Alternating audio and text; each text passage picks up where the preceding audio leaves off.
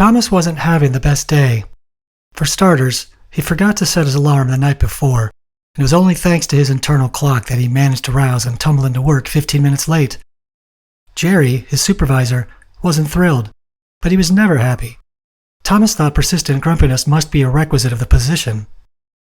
His second strike of the morning came when he rediscovered that he had run out of coffee. He had every intention of picking some up on his way home from work the day before, but some of the guys wanted to grab a couple of pints after their shift, and Thomas was never one to pass up an invite to happy hour. But the third strike had come when he leafed through his mail while hurriedly choking down a lightly buttered slice of toast. It was a letter from Stacy, or rather from her lawyer. He didn't need to open and read it to know what it said, but he did anyway. As expected, a formal notice of delinquency. The letter blathered on about Stacy's rights, Thomas's legal obligations, and the potential next steps should he continue to remain negligent with his payments, which could include fines and wage garnishment. Thomas chuckled. Good luck with that, he thought. Can't get blood from a stone. But he knew Stacy's lawyer would try, just as Thomas knew that he was barely scraping by as it was and that any deficit to his already meager pay would be catastrophic. Didn't she understand? That's why he hadn't been making the alimony payments in the first place. In addition to his concerns about his financial plight was the fact that it was raining. He hated delivering in the rain. The constant climbing in and out of the truck into a downpour soaked him to his bones. It didn't matter what rain gear he wore. Everything would be drenched by the end of the day. His shoes would still be damp 2 days later. But that's the hand he was dealt. Even so, he was so used to getting lousy cards that he started to wonder if the deck was stacked.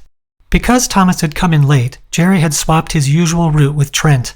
Typically, Thomas found himself hustling from address to address in the city throughout the day, and before he knew it, it was time to clock out, which is how he preferred it. Trent's route was the antithesis. Based primarily in the countryside, delivery locations were often a significant drive from one another and not always easy to find. Mailboxes were sometimes hidden or missing numbers, requiring an excursion up a long driveway just to learn it was the wrong house. Normally, Thomas would have protested being assigned Trent's route, but today, he needed to think. A drive through the countryside was just what he needed to get his head straight. The first several deliveries went off without a hitch. Everything was where it was supposed to be, and his Maps app hadn't once glitched or lost signal to cause him to drive aimlessly until it reconnected. But as he pulled up to his next drop-off, he felt his luck was about to change. He could see the note affixed to the front door as he approached it. He set the package on the porch and peeled the note from the door. To his surprise, a $50 bill had been taped to the backside. He read the note. Driver, I sincerely apologize, but I am unable to receive my package at this location. If possible, could you please deliver it to the address below? For your inconvenience, I have attached $50 to this note. I have also left an additional $50 at the new location. Again, my apologies for the last-minute change. The note wasn't signed. Thomas took it and the package back to the truck and plugged the address at the bottom of the note into the truck's GPS. The resulting route indicated a 20-minute one-way drive. Typically, Thomas would have just abandoned the package on the porch and claimed ignorance regarding seeing the note. But he had just pocketed $50 with the promise of another $50 on the way. That was $100 for 20 minutes of driving. He'd be a fool to pass it up. The route took him deep into the country, down a narrow road he'd almost missed. The rain fell harder now, and the forest was thicker, the trees pushing right up to the edge of the road. 20 minutes had never felt so long, but eventually, a battered mailbox emerged out of the brush. Thomas matched the number on the box to the one on the note and concluded that it must be the place. He followed a weed-choked lane a quarter mile up to a 2-story house buried in overgrowth and in dire need of repairs. The wood deck was rotting, the chipped and peeling clapboard suffered from years of neglect, and Thomas counted no less than 3 broken windows. He started to wonder if he had the right place after all. Then he saw the note. Like the first one, it was taped dead center of the door. Thomas ignored the uneasy feelings that roiled in his belly and grabbed the package. He crossed the muddy lawn to the porch and snatched the note from the door. As promised, another $50 bill was taped to the back. Thomas smiled, but it was short-lived as he read the note. Driver, please accept my apologies, but I must once again ask you for a favor. I had hoped to be present, but I am currently preoccupied. If it's not too much trouble, would you please bring the package to the kitchen? I have left you another $50 there for your time. Thank you in advance. Thomas regarded the note with growing skepticism. How could a person who lived in a house like this afford to keep tacking $50 to each note he wrote? It didn't make sense. But Thomas was in no position to be sensical. $150 was no small amount, and it might just be enough to get Stacy to call off her legal wolves. With growing trepidation, he opened the door and went inside. The odor immediately hit him, the smell of must and rot and decay. Old furniture and clutter crowded the foyer and living room. Inexplicable heaps of miscellaneous objects filled out the corners of the room, magazines and newspapers stacked in haphazard piles alongside nameless boxes and bins. Thomas wanted out of there as soon as possible. He followed the hallway out of the foyer and was pleased to discover that it led directly to the kitchen. More junk cluttered the room. A mound of garbage bags buzzing with flies sat beneath a countertop overrun with dirty dishes and carbon-scored pots. Empty food containers and rotting food littered a paltry kitchen table. The smell was overpowering. How could anyone live like this, Thomas thought. He scouted the room for a place to set down the package when his eyes locked on yet another note taped to a door along the far wall. Instinct told him the note was meant for him. He crossed the room and pulled it from the door. Once again, a $50 bill was adhered to the back. He took a deep breath and read the note. "Driver, I have one final request, and I promise this will be the last. Behind this door are stairs that lead to the basement. If you would, please bring the package downstairs and set it on the table. I have left you $100 for your trouble." Thomas's initial gut reaction was to drop the package and run. Go into the basement of some strange and creepy house? Was this a joke? He'd seen the movies. Nothing good comes from going into the basement, especially in a remote house that looks like it was plucked straight out of a B-horror movie. Every cell in his body argued in favor of a swift departure, yet his feet remained planted. Whoever the recipient of this package was, they had made good on 3 different promises of $50. Why should this last one be any different? Sure, the amount was absurd for simply delivering a package down a flight of stairs, but what did he know about the person? Maybe they struggled to lift or carry things, or perhaps the person was flush with cash and was generous to a fault. For all Thomas knew, the owner of the house had recently purchased it with plans to renovate it, and they were saving time and energy wherever they could. All of his theories were a stretch, he understood, but what he knew for certain was that he was no skittish schoolboy easily frightened by a vivid imagination. He opened the door to the basement. As expected, stairs descended into a barely lit murk. If he thought about it too long, Thomas would find reason, perhaps even a good one, to talk himself out of going down, so he forced his legs forward. "There's $100 waiting for you at the bottom," he reminded himself. The steps creaked beneath his weight, the brick walls on either side of him dusty and cool to the touch. An indescribable smell wafted into his nostrils on moist, stale air, the odor a noxious mix of sweat, chemicals, and old things. It was quiet as death. As he reached the bottom, he spied a lone table across the room some 20 feet away. A single incandescent bulb hung over it, and Thomas could see the note and supposed $100 taped to the back it illuminated. The light, however, did not stretch into the corners of the basement. Instead, it seemed to dissolve just beyond the perimeter of the table, plunging the rest of the room into absolute darkness. Thomas didn't want to know what secrets lay hidden in those gloomy spaces. His prize in sight, he quickened his pace across the floor. The increase in light as he neared the table provided temporary comfort, but he knew it served only to placate his growing unease. He desperately wanted to leave, but he was now too committed to do so. He strode the rest of the distance to the table in a matter of seconds, plopping the package on top. He zeroed in on the note, plucked it from the table's surface, and flipped it over. But there was no money. Thomas's brows crashed and his heart raced as he turned the note back over. But when he read the 2 words hastily scrawled on the front, his already tenuous grasp on managing his fear erupted into a full-scale avalanche of terror. He read and reread the words over and over again as if trying to will them to say anything other than what was on the page. But he could change them no more than he could change his impending fate. He read them a final time.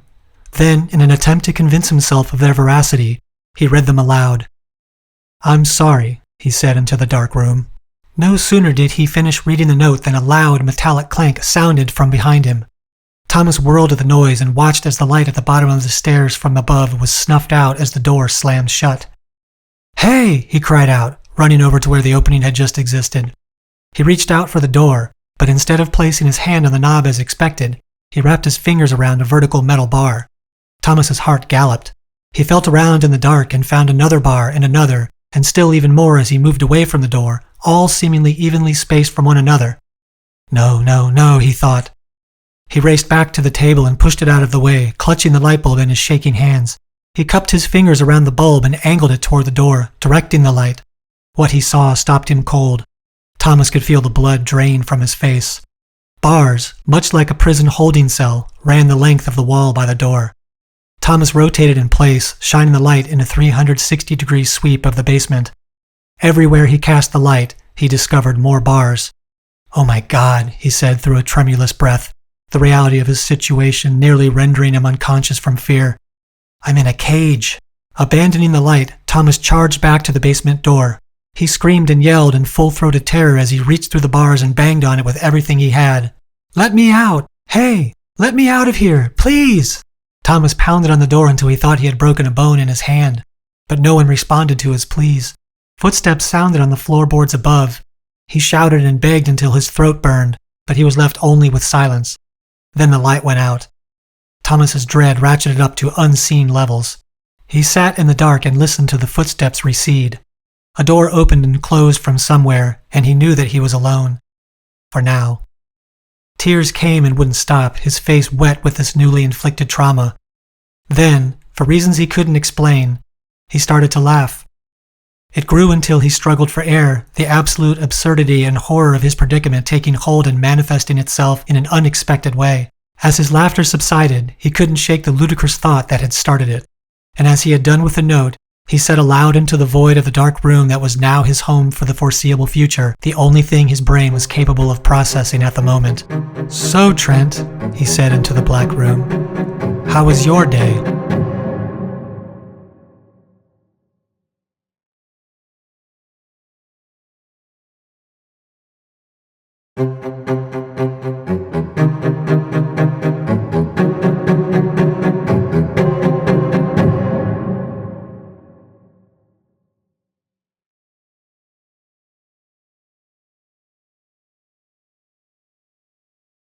It started when Samantha was 7 years old. At least that was her first memory of it. The family cat Penelope had just given birth to a litter of 4 kittens, and Samantha's mom and her older brother Justin were giddy at the prospect of so many little furballs mewing around the house. Samantha was excited too, but she couldn't shake the pervading sadness that overcame her whenever she got close to the black and white kitten they had named Oreo. The heavy feeling grew worse with proximity and metamorphosed to outright nausea if she lay a hand on his delicate young body. At the time she didn't understand. Why did this single kitten elicit such feelings of dread in her? She would soon begin to understand. Oreo died less than 2 days later, the only kitten of the litter that didn't survive. Justin and her mother were understandably saddened by the loss, as was Samantha, but for reasons she couldn't comprehend at her tender age, she instinctively knew that would be Oreo's fate. She neither wanted nor willed it to be, only understood on a cellular level that Oreo's time on Earth would be tragically short. It was almost as if she were able to predict his passing. Unfortunately, it wouldn't be an isolated incident. Other instances followed in subsequent years. When she was 12, Samantha vomited in the frozen food section of a Walmart when she and her mother passed an older man perusing the TV dinner section. He died in his car in the parking lot. At 14, a wave of nausea brought Samantha to her knees when one of her favorite teachers walked by her in the hall at school. She had suppressed emotions at the time, but she was unable to hold back tears when news of Mrs. Laughlin's death in the teacher's lounge hours later began to circulate through the school. Just after her 18th birthday, she had gone to see a movie with friends when a crippling sickness slithered into her belly during an intense chase sequence. She had tried to write off the sensation as having had too much greasy popcorn and sugary snacks, but she knew she was lying to herself. Paramedics arrived in the theater 15 minutes before the end of the film to attend to a father having a heart attack. Samantha would never forget the looks on his young children's faces as they watched their dad leave the world. Over time, Samantha learned to cope with the unpleasantness that seemed to hijack her body at a moment's notice. But instead of shrinking from the sickness, she treated each occurrence as an opportunity to further understand the nature of her unique gift and the most optimal way to deal with its side effects. As the years passed, she became adept at recognizing the symptoms early on and extricating herself as quickly and skillfully as she could from wherever she happened to be when they laid claim to her body. But some situations couldn't be helped. Flying was a particularly risky crapshoot, as was any form of transportation that required her to be in close proximity to multiple people for an extended time. But sometimes situations couldn't be helped. Her life had to be lived, and she couldn't spend the remainder of her days fleeing for the exit every time her insides flipped or a spike was suddenly driven into her skull. Thankfully, she had discovered several over-the-counter and prescribed medications that managed to quell the overpowering urge to vacate the contents of her stomach whenever tragedy loomed near. Still, day-to-day living could be a challenge, especially given her line of work. Had she the opportunity to do it all over again, Samantha wasn't sure if she would still choose to accept her current vocational role. When she started working at Pine Leaf Organics, she had been hired only as an in-store sales associate, but the company grew faster than the owners had hoped or predicted. Soon, one store became 3, which then blossomed to 5. A couple of years later, new stores were opened in neighboring cities, and before long they crossed state lines to open their first ever over-the-border location in a major city. Since Samantha had essentially been with the company from the beginning, she and a few others had been promoted to regional sales representatives. This meant an actual salary, travel, and a more fulfilling position within the company.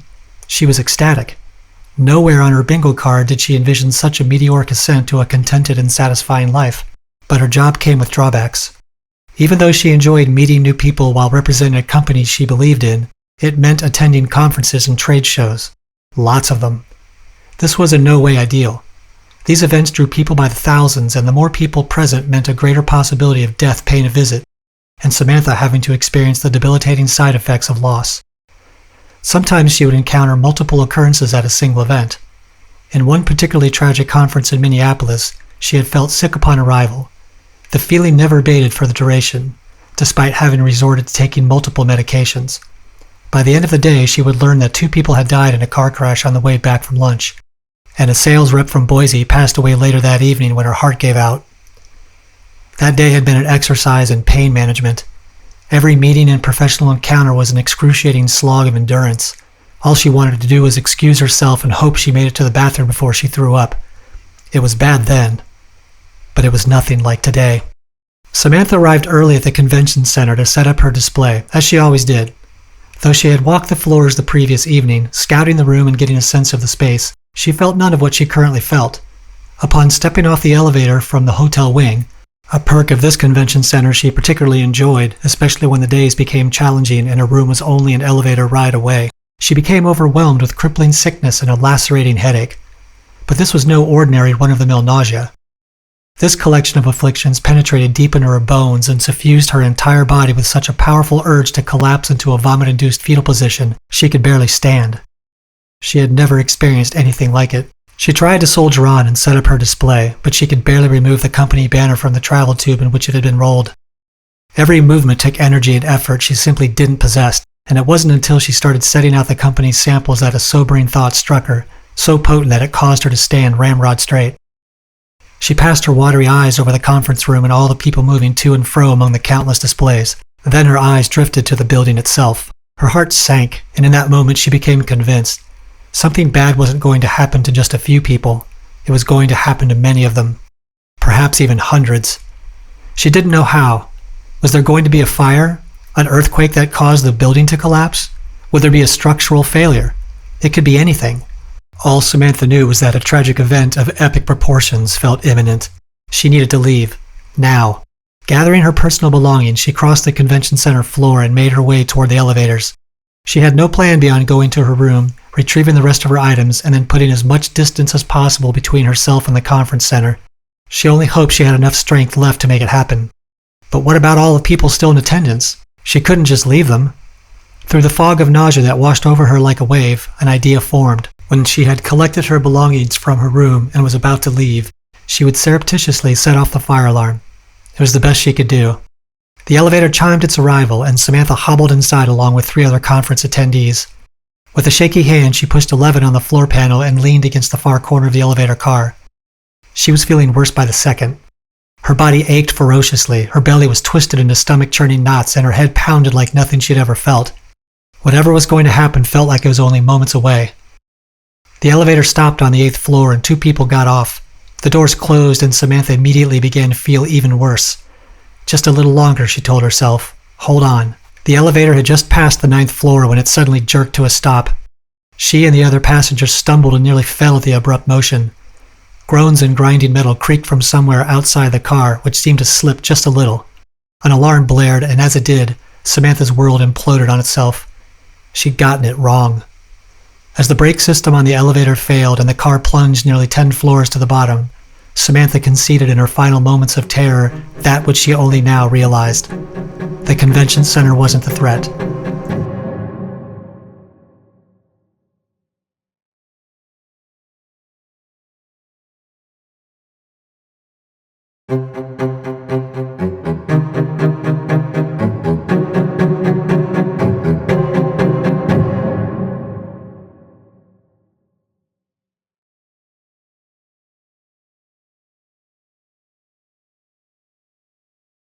There was dirt in the bed again. It was the fourth straight morning Evan had discovered his feet caked with mud and grit. He didn't understand. He had never been a sleepwalker. Not as a child when he had bedwetting issues, nor as an anxious teen when every situation felt like it was world-ending. It never presented itself in his post-collegiate years when the stress of beginning a career pressed down on him like a lowering ceiling, and he never noticed any late-night jaunts after he landed his first promising position, and the pressure to make a good impression on his boss weighed on him daily. So why now? The only explanation he could come up with was his address. Up until 3 weeks ago, he had been living in a cramped studio apartment in the city. Granted, it was much closer to downtown, which reduced his commute time to work and put him near to the heart of it all, and that was great, for a while. But after some time, he found that the constant chaos of daily living in the city began to wear him down. So when his aunt offered to rent him her 3-bedroom home in the country for a third less than what he was paying for the shoebox he had been calling home, it felt like a no-brainer. His ride to work drastically increased, but he found he rather enjoyed the train ride into the city. It allowed him time to acclimate to the day, which was a far cry better than the get-up-and-go habit he had formed that often found him rushing for work despite his proximity to it. Yes, living so far from the city had come with a trade-off, but the pros outweighed the cons by a large margin. But was one of the downsides of country living his newfound propensity to take late-night strolls in his PJs? It didn't make sense. In every way, he felt a supreme sense of calm living in such a relaxed environment. The home sat on multiple acres and was bordered by farmland and forest, the nearest neighbor over half a mile away. He had peace and privacy, yet all indicators pointed toward a troubled sleep pattern that didn't align with how he felt when he was awake. His most recent excursion, however, had convinced him to do something, anything, to figure out why he had started walking in his sleep. Even more intriguing to Evan, though, was the question that began to plague him. Just where exactly was he walking to? The first and most obvious action he felt was to install motion-activated cameras. It was clear from the persistently soiled sheets and the muddy footprints that consistently led from the back door to his bedroom that he ended up outside, so placing a camera right outside the door seemed like the most prudent location to monitor his movements. Once he determined which direction he walked, he could place other cameras in the yard on subsequent nights to track his progress.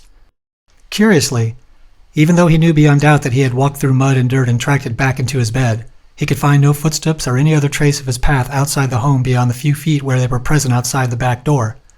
Granted, the property was large, and there were many places he could have trodden that might go unnoticed, but he felt there should at least be some evidence of his travels. As expected, he woke the following morning to discover his feet crusted with dirt and the sheets once again stained with dried mud. Intrigued, he snatched up his phone, connected to the camera via its app, and played back the recorded footage. But other than a deer passing through the property, there was only one other video, a 23-second clip of static. That was it. Evan didn't understand. Had the camera failed? Did it record the deer and then run out of juice? Or had something caused a jolt of electrical interference to disrupt the camera's circuitry? Perplexed, he decided to employ all 3 of the motion-activated cameras he owned and place them at various points around the exterior of the back door. Angling each one differently from the other 2, he felt assured that he would capture some incriminating footage of himself staggering off into the night. But when he roused the next day and checked the footage, what he found astonished him. All 3 cameras had recorded only static. But what was particularly mystifying was that each one had recorded the static for precisely 24 seconds, and all at the same time. At 2:46 a.m. and 18 seconds, all 3 cameras simultaneously turned on, recorded 24 seconds of snow, then shut off. Even more perplexing was that the same deer had returned to munch some grass in the yard, but this time it arrived after the 24-second clip, which to Evan meant only one thing. The cameras hadn't failed. They had been inexplicably disabled. Had Evan been responsible for their failure? Had he, on some subconscious level as he sleptwalked, still had the presence of mind to tinker with the cameras so they couldn't capture him leaving the house? If that were the case, why on earth would he have done that? What possible reason could he have had to interfere? And if it wasn't him, What was preventing the cameras from recording only when he was likely present? The mystery deepened by the minute. For a moment, Evan considered purchasing another camera he could mount to his body, like a GoPro. But not only would that be a costly investment, he wasn't at all convinced it would work. If 3 cameras could be rendered inoperable at the same time, why did he believe that a different camera would suddenly and miraculously work? Or, if he were the one responsible for their interference, that he wouldn't disable that one as well? No, he needed to think outside the box. Way outside.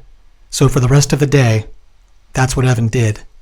2 days later, Evan's closest friend, Anton, rolled up the driveway to Evan's house. It had been at least 3 days since he'd heard from his friend. He'd received no texts, no calls, and when he tried to reach him at work, he was told that Evan hadn't been in since Wednesday. It was now Friday. He knew that Evan was experiencing some issues with sleepwalking, but his silence sparked concern. What if he had wandered off in the middle of the night and hurt himself? Or worse yet, what if he had purposefully injured himself trying to fend off the images he saw in his mind? Anton let himself into Evan's home. Inside, it was still as a church. Anton called out, but no one responded. He stepped from the foyer into the living room, yelling out again, but then stopped cold at the sight of the open back door, which swung lazily on its hinges. He walked toward it, calling out a third time, concern beginning to rise. Then he came to a halt once again when he looked outside. Anton stared in confusion at the tarp that had been laid directly outside the door and drenched with a thick layer of red paint. Anton could see where Evan had slogged through the paint and continued into the yard, leaving a trail of red behind him. But there was more. Rigged over the door so that it tipped when opened was a small container. Anton peered inside it and discovered a scant amount of glitter clinging to the sides. He looked below it at the floor. A puddle of glitter blanketed the threshold of the door and spilled onto the paint-covered tarp. A dense trail lay over the top of what he assumed to be Evan's footsteps. Anton looked at the scene before him in complete befuddlement. What in the world was Evan up to out here, he thought to himself. Anton hopped over the tarp, just barely clearing it, and followed Evan's footsteps across the yard. The paint and glitter were prominent, especially on the short green grass, but they quickly diminished the farther he moved away from the house. It became increasingly difficult to locate either substance, particularly when the grass transitioned to the barley field that bordered the property. The paint was no longer helpful for tracking purposes in the tall grass, but Anton could still detect traces of glitter sparkling on the leaves. He picked up his pace and called out for Evan, but got no reply. He moved even quicker now, lurching through the grass. He took several more wide, rapid strides when he suddenly found himself in a clearing. Tall barley surrounded him in a continuous arc, but in the cleared area, it lay flattened in concentric circles, the center seeming to originate from the middle of the clearing. Anton frowned in confusion. He located Evan's footprints in the soft earth beneath the barley and continued to follow them. They led right up to the epicenter of the circles, then stopped. Anton was more baffled now than he had been. He scoured the area for a set of tracks leading away, perhaps continuing into the field on the opposite side, but he found nothing. He paced the clearing, trying to comprehend where Evan could have gone. How could his footprints just stop so abruptly in the middle of the clearing with no sign of him? Anton racked his brain, trying to come up with a logical answer when a different, even more unbelievable explanation began to take hold. He turned in a slow circle, studying the border of where the standing barley met the clearing. He didn't want to believe, couldn't believe, what he was thinking. But the evidence pointed to the impossible. And in an admission that ran counter to everything he knew of the world, Anton turned his attention from the clearing and looked toward the sky.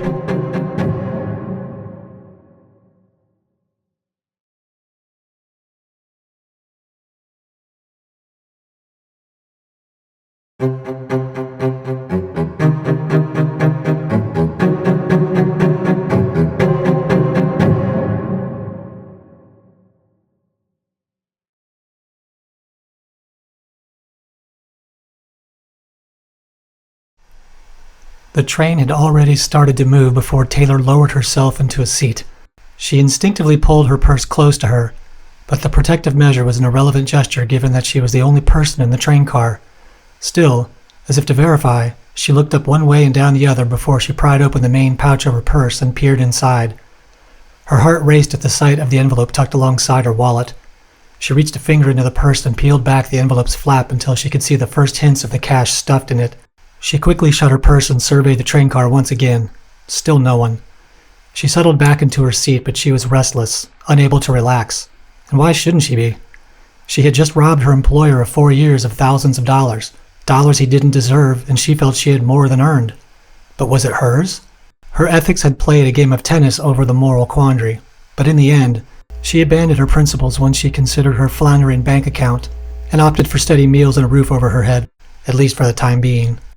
She was thankful to have a job, even if it was bartending, but her boss was an unreasonable cheapskate whose own ethics often blurred the line between greed and illegality.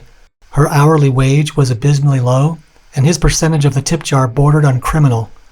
Still, traffic in the club was usually good, which often compensated for what Mr. Dukas stole. Mostly. The sky darkened outside the train as it rumbled along. As the sun set, Taylor tried to reassure herself that what she had taken was fair, just, that she was owed this money.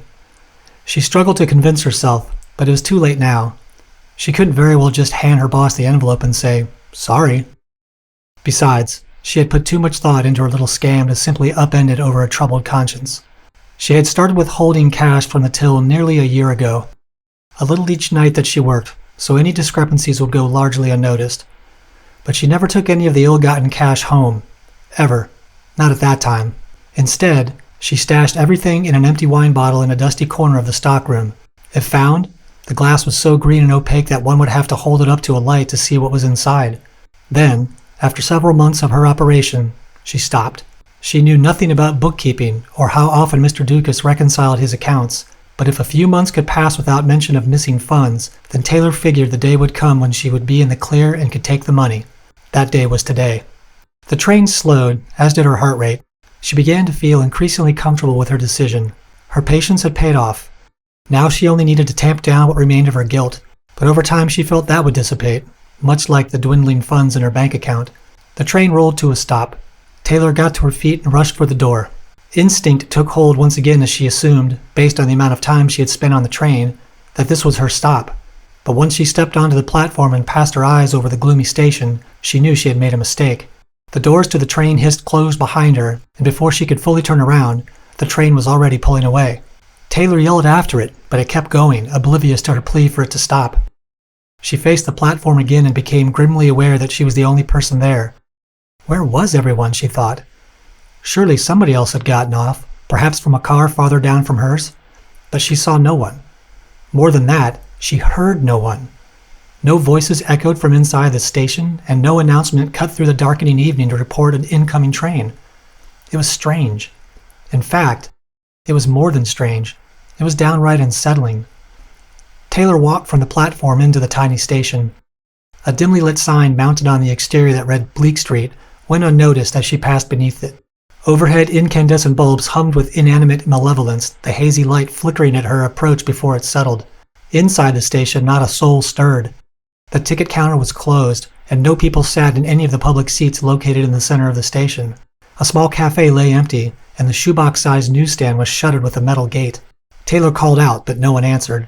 Her voice sounded lifeless in the space, as if she had shouted into a void or a vacuum. The lack of even the smallest echo unnerved her. She crossed the dingy floor of the station and exited through the doors on the opposite side. Once outside, she felt confident she would find someone to tell her where she was. But her hopes were immediately dashed when she discovered the sidewalks devoid of a single person. Even more strange, she saw no cars, taxis, or buses in the streets or the minuscule parking lot in front of the station. It was as if the area had been cleared of humanity. Taylor stepped forward, her heart beginning to thump with uneasiness, and passed her eyes over the desolate road that led away from the parking lot. In the near distance, she could see the lights of what appeared to be a small town, but it looked like no town she had ever seen. Strange architectural shapes lurked in the shadows, lying in dark silhouette against an even darker night sky. The sight was troubling and wholly uninviting. Still, if she were to find someone to help her, it seemed heading into town was the most viable option. Making a reluctant decision, Taylor started walking, but no sooner had she begun than she stood her step to a halt. Emerging from the shadows on the opposite side of the parking lot, a person trudged into the middle of the road. She felt the word trudged was an apt description, given that the person didn't walk into the street so much as they seemed to drag their body there through force of will. The person faced Taylor and stared at her. Though a safe distance away, Taylor could still make out the person's pale skin and dark eyes, which seemed unnaturally dark even in the dying light. Clothed in what appeared to be mechanic overalls, the person's arms hung limply by their side as they glared. Taylor didn't like it. Not one bit. She took a step backward when another person materialized out of the darkness on the other side of the road. This figure wore a dark suit, and like the mechanic, they ambled into the street, their face ghastly white and eyes black as they stared at Taylor. Taylor swallowed and decided in that moment to abandon her plan to venture into town. Certainly another train would be along at some point. Until then, she would wait on the platform. Whirling around, she started back inside the station. In her peripheral vision, she saw movement to her right and then immediately to her left. She quickly glanced in both directions and saw a woman in a waitress uniform and a man wearing khakis and a polo shirt. Both glowered at her through onyx black eyes and alabaster skin. Taylor peered over her shoulder at the two other people in the road and discovered that both now started walking toward her. Panic set in. She pushed through the doors of the station and scurried across the floor. Another person stepped from a darkened corner into the dim light, and yet another appeared from behind the cafe counter. A third emerged from somewhere Taylor didn't see, but she didn't need to. All three looked like the others. She ran for the station doors on the opposite side with full abandon, pushing through them and charging onto the platform. But there was nowhere to go, and no train had arrived. She looked back and saw through the station windows dozens of white faces with demon eyes filling the interior. She wanted to scream, crippling fear taking hold. Then, as if on cue, a train rolled out of the darkness toward her. She paced the platform like a caged animal as it neared, the first pale-faced individuals lumbering through the station doors. "Come on!" she screamed at the train as it pulled into the station and slowed to a stop. Taylor jumped on board, throwing herself against the far wall as the doors slid shut. Several figures slammed into the door and along the windows, pressing their bleached expressions into the glass. Taylor screamed for the train to go, but it didn't move, as more pale-skinned individuals joined the others, cramming their faces into every conceivable space. She whimpered in terror, the figures growing innumerable, surrounding her. Her chance at salvation faded. Then an arm smashed through a window toward her. Taylor screamed. Then she opened her eyes. A man in mechanic's overalls stood in front of her, his hand on her shoulder.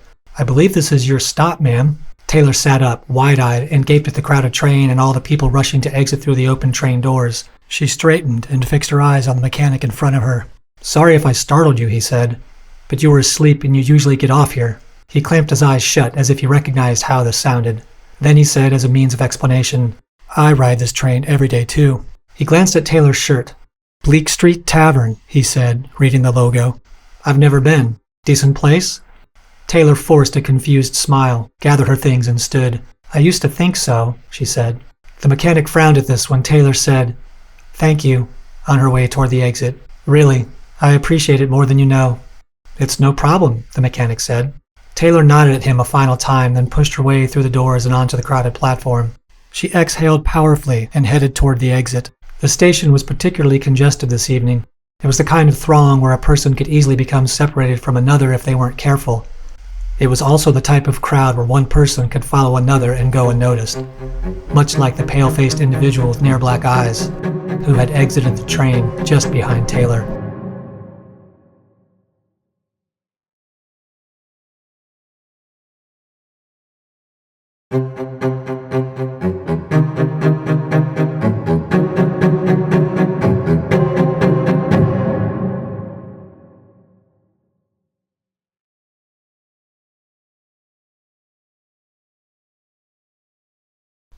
The chickens were sluggish this morning. Beth had never seen them so docile. Typically, when she came to feed them, the coop was aflutter with activity and anticipation of the morning meal, but not a single animal stirred in the yard. She poked her head inside the hen house and discovered that rather than finding each hen in its respective nesting box, they were all clustered in the corner farthest from the entrance. Beth called to them, but they didn't move. They only stared blankly, their heads twitching at the sound of her voice. This was all Beth needed. It was one of the occasional downsides of off-the-grid living.